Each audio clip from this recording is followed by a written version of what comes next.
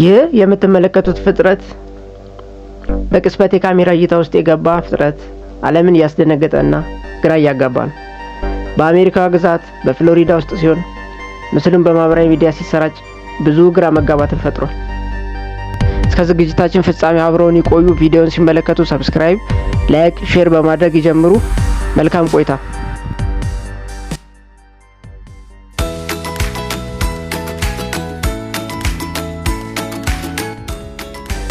እንኳን ደህና መጡ ወደ እንቆጳ ሚዲያ። የሌላ ዓለም ፍጥረታት የሚባሉት በራሪ ነገሮች፣ የሰው ዓይን ካላየው ከዋክብት ውስጥ የመጡት እንግዶች፣ የዩኤፍኦ ሚስጥርን እንመለከታለን። መልካም ቆይታ። ብዙ ፊልም የተሰራላቸው መኖር አለመኖራቸው እያወዛገበ ያሉ ፍጥረቶች፣ በቅርቡ የእነሱ ምልክት በዩኤስኤ ውስጥ መገኘቱን የዓለም ሚዲያ ያሳሰበ ጉዳይ ሆኗል። ዩኤፍኦ ምን ማለት ነው? አንአይደንቲፋይድ ፍላይ ኦብጀክት ወይንም በአማርኛው ያልታወቀ የአየር ነገር ማለት ነው።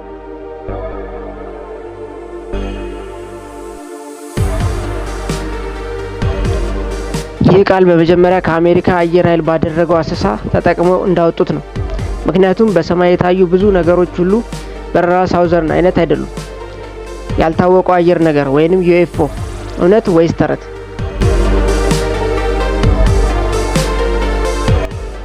እነዚህ እንደ እንግዳ ፍጥረት መኖራቸው ምልክት ነው ወይስ የተፈጥሮ ቅጽበታዊ ነገሮች ብቻ? ታሪካዊ መጀመሪያዎቹ ያልታወቁ ነገሮች በሰማይ መታየታቸው የጀመረው እንደ አውሮፓውያን አቆጣጠር በ3ኛው መቶ ክፍለ ዘመን ጀምሮ ነበር። የአሜሪካው ፕሮጀክት ብሉ ቡክ እና የእንግሊዙ ፕሮጀክት ኮንዲንግ ያሉ መንግስታት ምርመራ አድርገዋል። 1973 በተደረገ ጥናት 95 በመቶ የሚሆን የአሜሪካ ሕዝብ ስለ ዩኤፍኦ ወይንም ደግሞ በራሪ ስላልታወቁ በራሪ ነገራት ሰምቷል። ነገር ግን 1973 ዓ.ም ከፕሬዝዳንት ጄራልድ ፎርድ በስልጣን ሲመጣ የተደረገው ሌላ ጥናት ውስጥ የአሜሪካ ሕዝብ 92 በመቶ ብቻ ስሙን እንደሰሙ ተገልጿል። 1996 ጥናት እንደሚያሳየው 71 በመቶ የአሜሪካ ሕዝብ መንግስቱ ስለ ዩኤፍኦ መረጃ እየደበቀ ነው ብሎ ያምናል። እንደ አውሮፓውያን አቆጣጠር 2002 ደግሞ ሮፐር ፑል በሳይፌ ቻናል ላይ የተደረገው ጥናት ተመሳሳይ ውጤት አመጣ። ነገር ግን የበለጠ ብዙ ሰዎች ዩኤፍኦ እንደ ከውጭ ፍጥረታት አውሮፕላን መኖራቸውን አመኑ። በዚያ ጥናት ውስጥ 56 በመቶ ሰዎች ዩኤፍኦ እውነተኛ አውሮፕላን ናቸው ብለው አመኑ።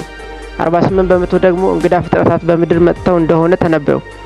እንደገና 70 በመቶ በላይ የአሜሪካ መንግስት የሚያውቀውን ሁሉ አያካፍልም ብለው አመኑ። በዚህ ውዝግብ ውስጥ ቆዩ። የበረራ ሳውዘርን አይነት ዩኤፍኦ እይታዎች ሌላ ያመጡት ተጽዕኖ ደግሞ በሳይንስ ፊክሽን ፊልሞች ውስጥ እንደ ሰው የተፈጠሩ ተመሳሳይ አውሮፕላን መታየታቸው ነው። ለምሳሌ ፎርቢድን ፕላኔት 1956 የወጣው የመስክ ፊልም ሙሉ በሙሉ በአዲስ ፕላኔት ላይ ያጠነጠነ ዘጋቢ ፊልም ነው። እንዲሁም በፊልሙ ውስጥ ያሉት ዩናይትድ ፕላኔትስ ክሩዘር C-57D በፊልሙ ላይ የሚታየው በራሪ ነገር የተለየ ትኩረትን ስቧል። በሎስት ኢን ስፔስ ውስጥ ያለው ደግሞ ሌላ ለታማኝነት የተረጋገጠ ዘጋቢ ፊልምን አወጣ። በተጨማሪ ደግሞ በስታር ትሬክ ውስጥ ደግሞ የዩኤስኤስ ኢንተርፕራይዝ የበረራ መኮንኖች ክፍል የተዘጋጀው ይታያል። በዘጋቢ ፊልም ውስጥ እነዛ ለየት ያሉ ፍጥረታት አሉ ተብሎ እንዲታመን እንደ ምክንያት ተቆጠረ። በተጨማሪም ዩኤፍኦ እና እንግዳ ፍጥረታት በብዙ ፊልሞች ውስጥ ተቀምጠዋል። የኔቫዳ ምስጢራዊ ቦታ የተባለው የአሜሪካ መንግስት ኤሪያ 51 መኖሩን እስከ 2013 ድረስ አልነገረም ነበር። መንግስት የቴክኖሎጂ ምርምር መስክ የሚገልጥበት ቦታ ነው።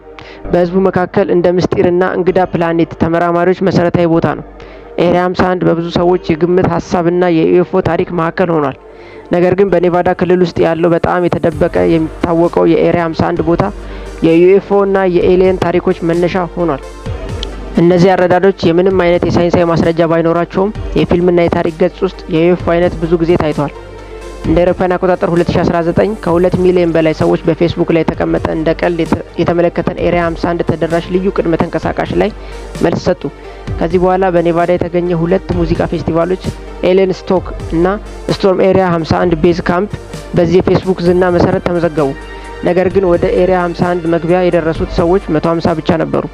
ነገር ግን በፌስቲቫሉ ላይ ተሳታፊ የሆኑት 1500 ናሳ የአሜሪካዊ ምርመራ ተቋም አገኘት ባለው መረጃ ያልታወቁ አየር በራሪዎች ዩኤፍኦ ወይም ያልታወቁ አየር ቅጽበታዊ ተግባራት በአየር ውስጥ የታየ ነገር ግን እስካሁን ድረስ መለየቱም ወይም መተንተን ያልተቻለ፣ አንዳንድ ሰዎች ዩኤፍኦ እንደ እንግዳ ፍጥረታት መኖራቸውን ይተነብያሉ።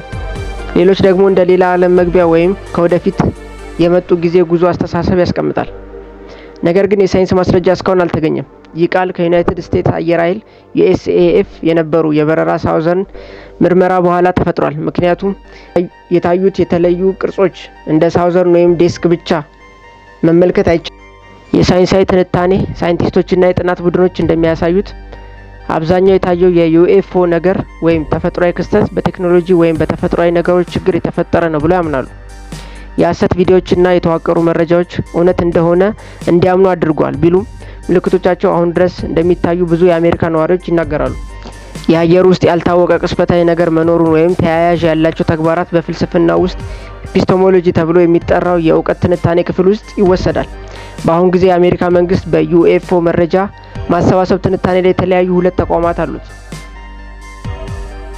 አንደኛው ናሳ ዩኤፒ አንአይደንቲፋይ ኤሪያ ፌኖሚና ያልታወቁ የአየር ክስተቶች ነጻ የጥናት ቡድን ሲሆን፣ ሁለተኛው የመከላከያ መስሪያ ቤት የተባለው ኤኤአርኦ ኦል ዶሜን አኖማሊ ሪዞሉሽን ኦፊስ በሁሉም መስኮች ያልታወቁ ክስተቶች የመፍትሄ ቢሮ ነው። በዩኤስ ዲፓርትመንት ኦፍ ዲፌንስ ውስጥ የተቋቋመ ልዩ ቢሮ ነው። የሃያኛው ክፍለ ዘመንና ከዚያ በኋላ በሁለተኛው ዓለም ጦርነት ጊዜ ፓሲፊክ በአውሮፓ መድረኮች ላይ የነበሩ አብራሪዎች እንደ ፉት ፋይተር የተባሉ እንደ ኮከብ የሚበሩና የሚያበሩ ነገሮች ታዩ ብሎ ዘግቧል።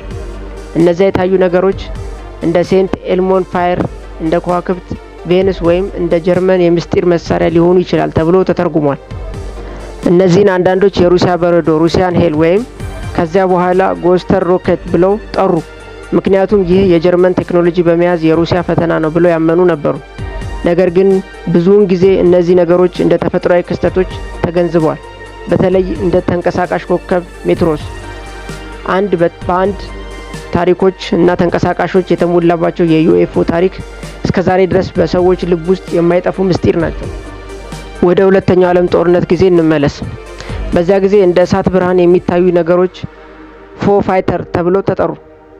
አሜሪካውያንና ጀርመኖች እንደሚያበሩ ብርሃኖች በአየር ውስጥ ተንቀሳቃሽ አዩ። አንዳንዶች የተፈጥሮ ምልክት ነው ብለው አመኑ። አንዳንዶች ግን የጀርመን ምስጢራዊ መሳሪያ ነው ብለው ፈሩ። ነገር ግን እንደ እሳት ብርሃን የተለዩ እንቅስቃሴዎች እንደገና ቀጠለ። ከዚህ ሁሉ በኋላ ትክክለኛ መረጃ አለ ወይስ መንግስታቶች እኛን ከእውነት በመሸሸግ ይከላከሉናል? በተመሳሳይ መንገድ በሳይንስና በተባበሩት መንግስታት ድርጅቶች የሚደረጉ ትንታኔዎች ይህንን ያሳያሉ። እነዚህ በመታየት በተፈጥሮ ክስተቶች፣ በሰው ቴክኖሎጂ፣ በስሜት ኢሉዥን ውስጥ በሐሰት ይታወሳሉ በማለት ይናገራሉ። እንግዲህ እናንተ ምን ትላላችሁ? ዩኤፍኦ እውነተኛ ከሌላ ዓለም የመጡ ፍጥረታት ምልክት ናቸው ወይስ የሰው አስተሳሰብ? ሀሳብ አስተያየታችሁን በኮሜንት ሴክሽን ላይ አስቀምጡልን። ቪዲዮን ከወደዱት ደግሞ ለጓደኞቹ ያጋሩ። በድጋሚ እንድንገናኝ ሰብስክራይብ፣ ላይክ፣ ሼር ያድርጉ። እንቆጳ ሚዲያ ለአስገራሚ እውነታና ምስጢራዊ ታሪኮች። በሚቀጥለው አስገራሚ ቪዲዮ እስክንገናኝ